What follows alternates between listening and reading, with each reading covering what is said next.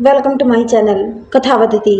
कहानी अच्छी लगे तो like subscribe share and comment जरूर करें। सर्दियों की कोमल और गुनगुनी सुबह थी।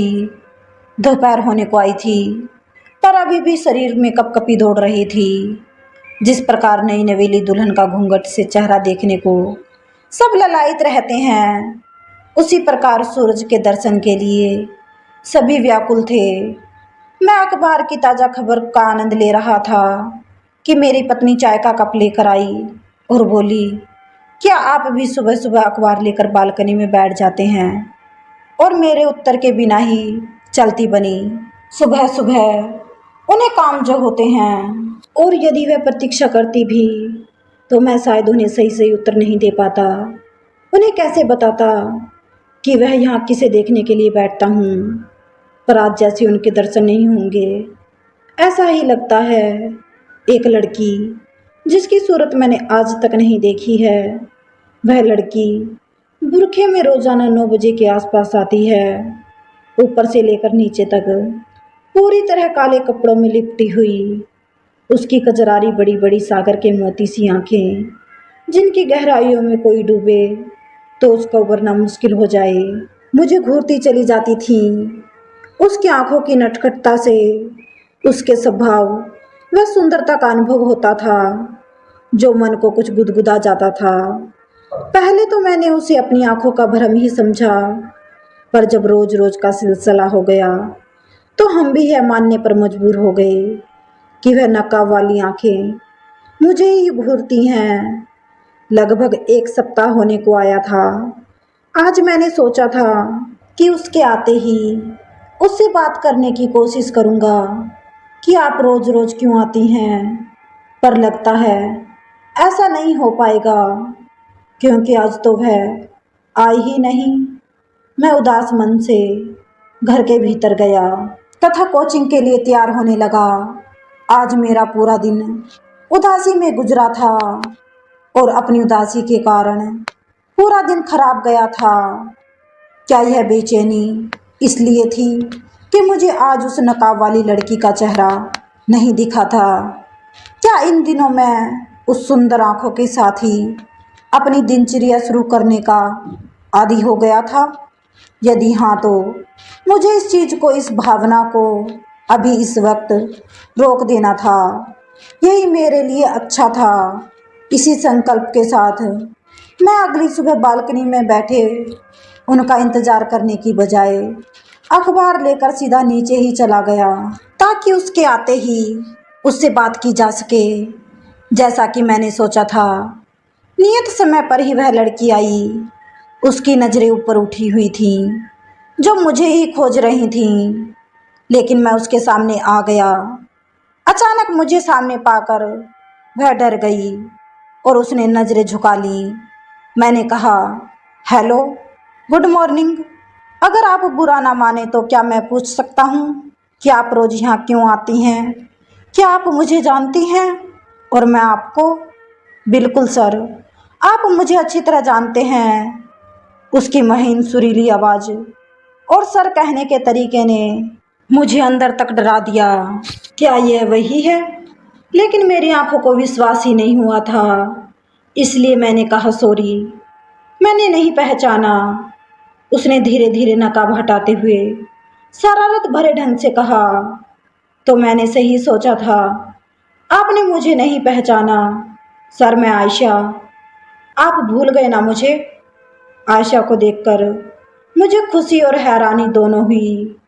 मैंने कहा, आयशा तुम यहाँ? बस सर, आपका पीछा करते करते आ गई। आपने क्या सोचा इतनी आसानी से पीछा छुड़ा लेंगे मुझसे?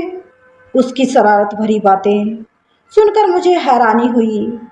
आयशा कभी इतनी मुखर नहीं थी, पर उसकी 2 अर्थ वाली बात करने की आदत वैसी की वैसी थी। आयशा मेरी विद्यार्थी थी। 2 साल पहले इंग्लिश स्पोकन क्लास में आई थी। बेहद संकोचित स्वभाव की आयशा क्लास के पहले दिन क्लास के बाहर खड़ी हो गई थी। वह क्लास में देरी से आई थी। मैं क्लास लेने में खोया हुआ था। वह क्लास के गेट के बाहर आकर चुपचाप खड़ी हो गई थी। ना ही उसने मुझे अंदर आने के लिए पूछा और ना ही मेरा ध्यान उस पर गया। जब दूसरे स्टूडेंट ने बताया तब मेरा ध्यान उस पर गया। मैंने कहा, बाहर क्यों खड़ी हो, अंदर आ जाओ ना, या कोई स्कूल नहीं है? यदि देर हो जाए तो चुपचाप आकर अपनी सीट पर बैठ जाया करो। ठीक है सर, कहकर जैसे ही वह अंदर आने को हुई, उसके बैग का एक हिस्सा दरवाजे की सांकल में अटक गया और वह वहां लड़खड़ा गई।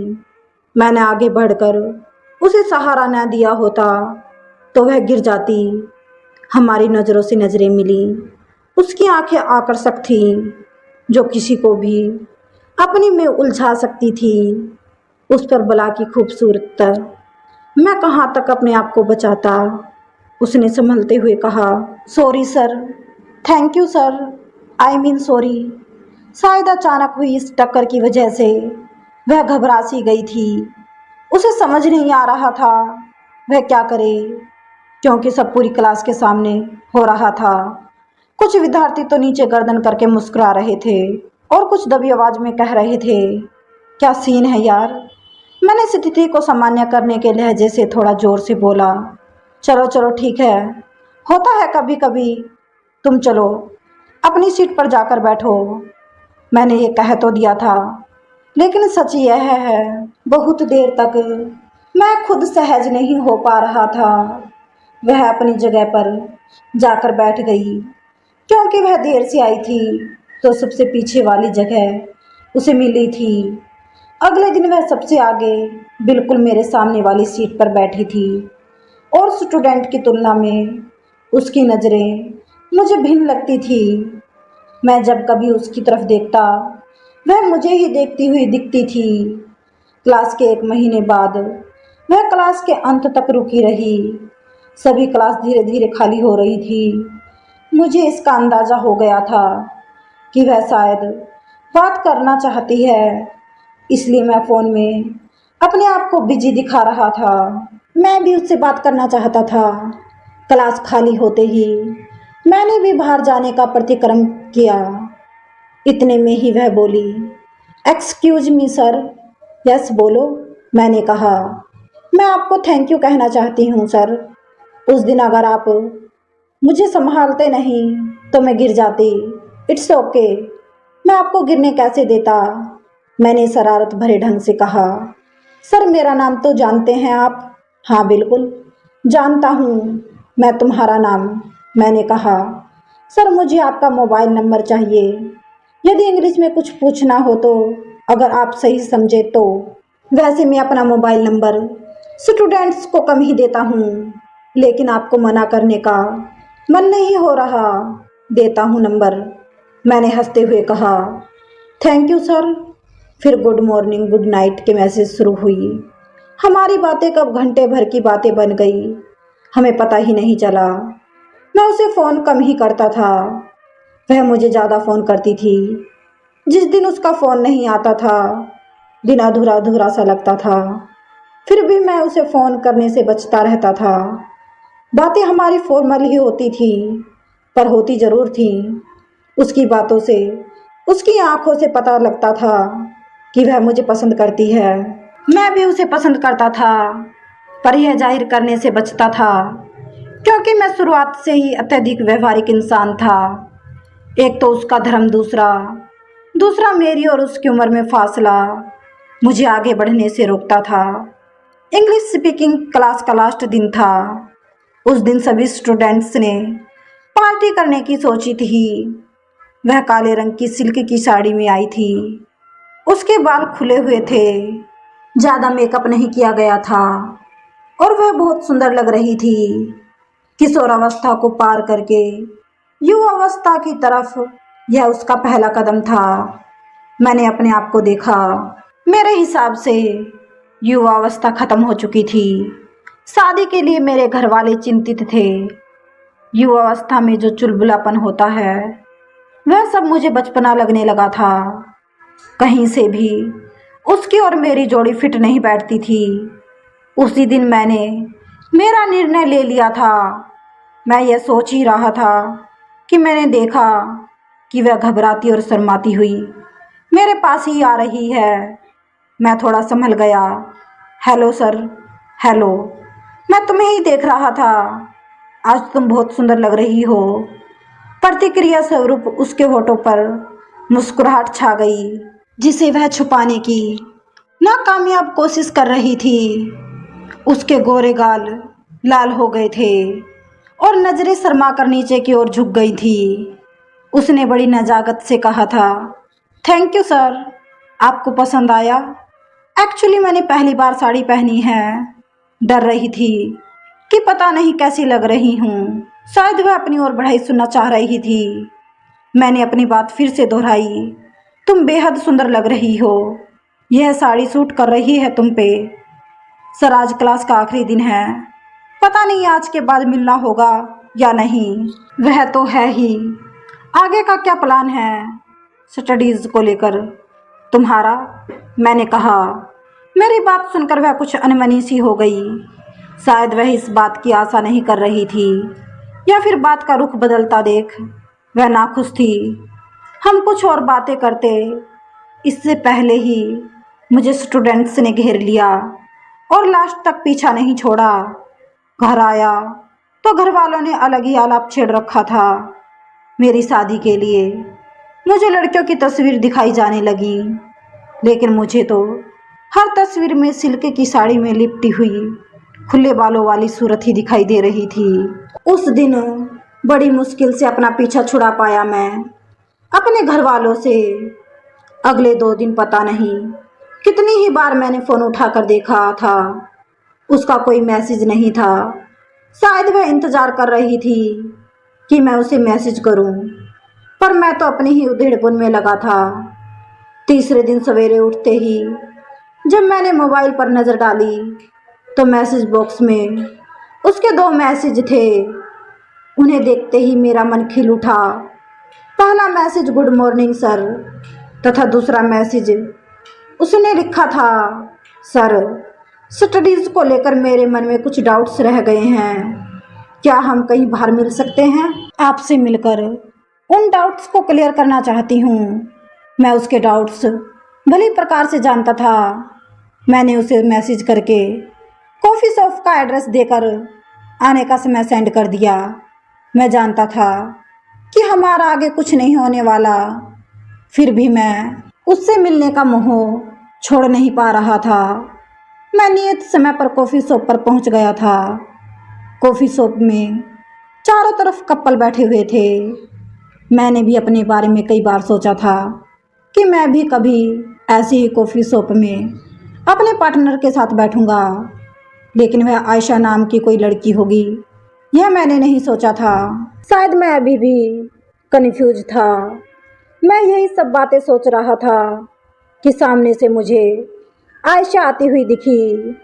उसने बाल खुले छोड़े थे, रेड कलर का टॉप तथा काले रंग की जींस पहन रखी थी, हाथ में घड़ी थी।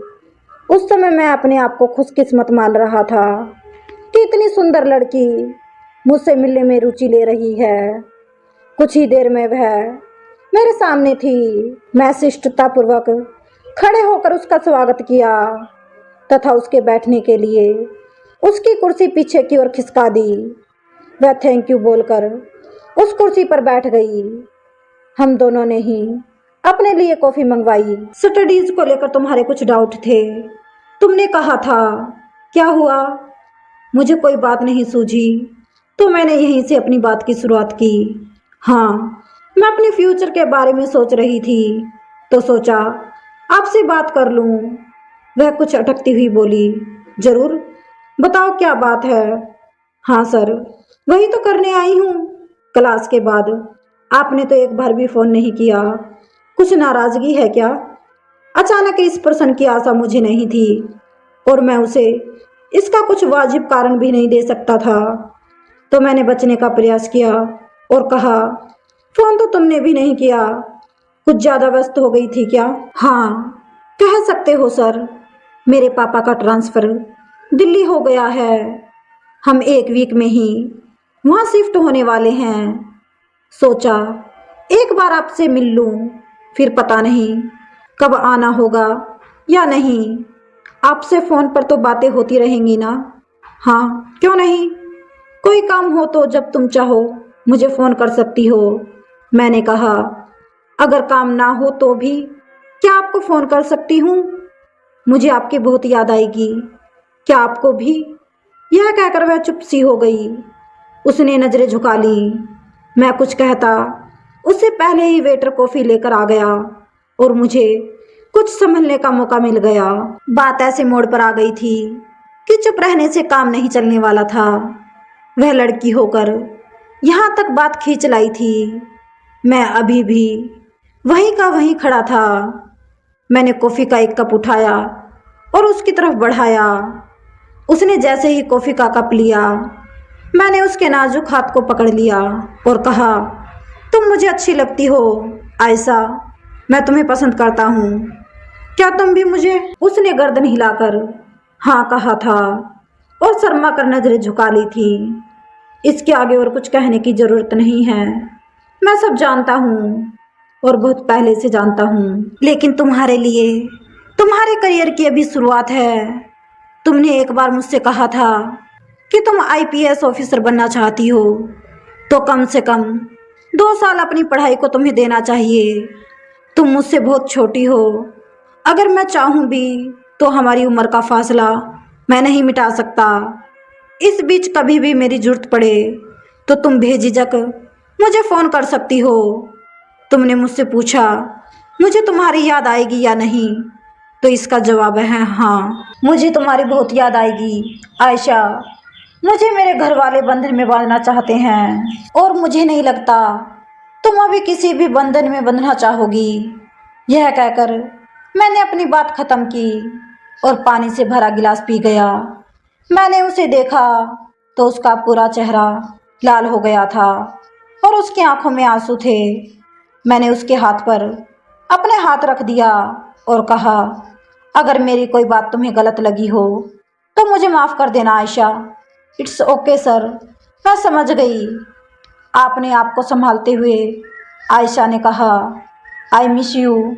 और यह बात कहते हुए मुझे भी अपनी आंखों में नमी महसूस हुई, जिसे मैंने मुश्किल से आयशा से छुपाया। यह हमारी आखिरी मुलाकात थी। उसके बाद उसका कोई फ़ोन या मैसेज मुझे नहीं आया था। यह वाक़या एक याद बनकर मेरे मन के किसी कोने में समाया हुआ था, जिसे कभी छेड़ना मैंने उचित नहीं समझा। सुधा, जो कि मेरी पत्नी थी, उससे मिलने के बाद मुझे आकर्षण और प्रेम में अंतर भली भांति समझ आ गया था। मुझे इस बात की बिल्कुल आशा नहीं थी कि ठीक 2 साल बाद मेरा सामना फिर से आयशा से होगा। कहाँ खो गए सर? मुझसे मिलना अच्छा नहीं लगा क्या? आयशा की बात सुनकर मैं फिर से वर्तमान में लौट आया और बोला, नहीं, कुछ नहीं, बस कुछ याद आ गया था। सर, क्या यह आपका घर है? हाँ, यहीं रहता हूँ मैं। पर तुम यहाँ कैसे? मैंने पूछा।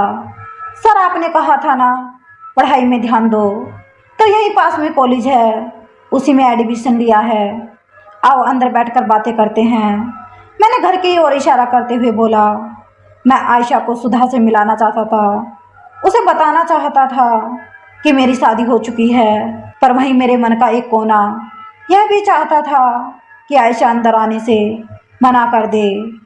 ठीक है सर, चलिए, इसी बहाने आपका घर भी देख लूँगी। मैं घर में आगे की तरफ पथ प्रदर्शक बनकर चल रहा था। घर के अंदर प्रवेश करते ही मैंने सुधा को आवाज़ लगाई। मैंने आयशा के चेहरे पर प्रसन्न मिश्रित जिज्ञासा देखी थी। जब तक सुधा आ नहीं गई, मैं उसे कोई जवाब नहीं दे सका। सुधा के आते ही मैंने सुधा को आयशा से मिलाया था। सुधा, यह मेरी स्टूडेंट है आयशा, और आयशा, यह मेरी वाइफ है सुधा। हम सब कमरे में बैठ गए।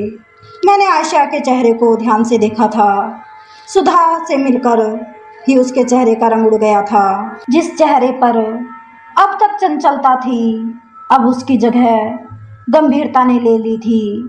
शायद मैंने आशा का दिल तोड़ दिया था, पर मेरी समझ में यह जरूर था।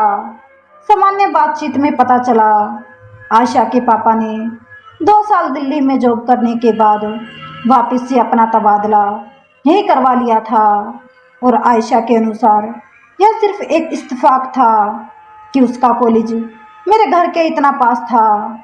जब मैं उसे घर जाने के लिए बाहर छोड़ने आया तब उसने कहा, मैंने जब आपको पहली बार बालकनी में देखा था तो सोचा था कि जब आप मुझे खुद पहचानेंगे तब आपसे बात करूंगी, पर मुझे नहीं पता था कि आप तो मुझे भूल ही गए हो। मैंने कुछ कहना चाहा पर सिर्फ इतना ही निकला, आयशा बाय सर। दोबारा उसकी आंखों में आंसू थे, पर इस बार मैंने अपनी आंखों में वह नमी महसूस नहीं की थी। हाँ, मैंने एक लड़की का दिल दोबारा दुखाया था। इसे मेरा अब अपराध बोध कहें या कुछ और, पर आज भी जब किसी नकाब वाली लड़की को देखता हूँ तो मुझे ऐसा ही नजर आती है। यह हमारी आखिरी मुलाकात थी और किसी के नए जीवन की शुरुआत भी।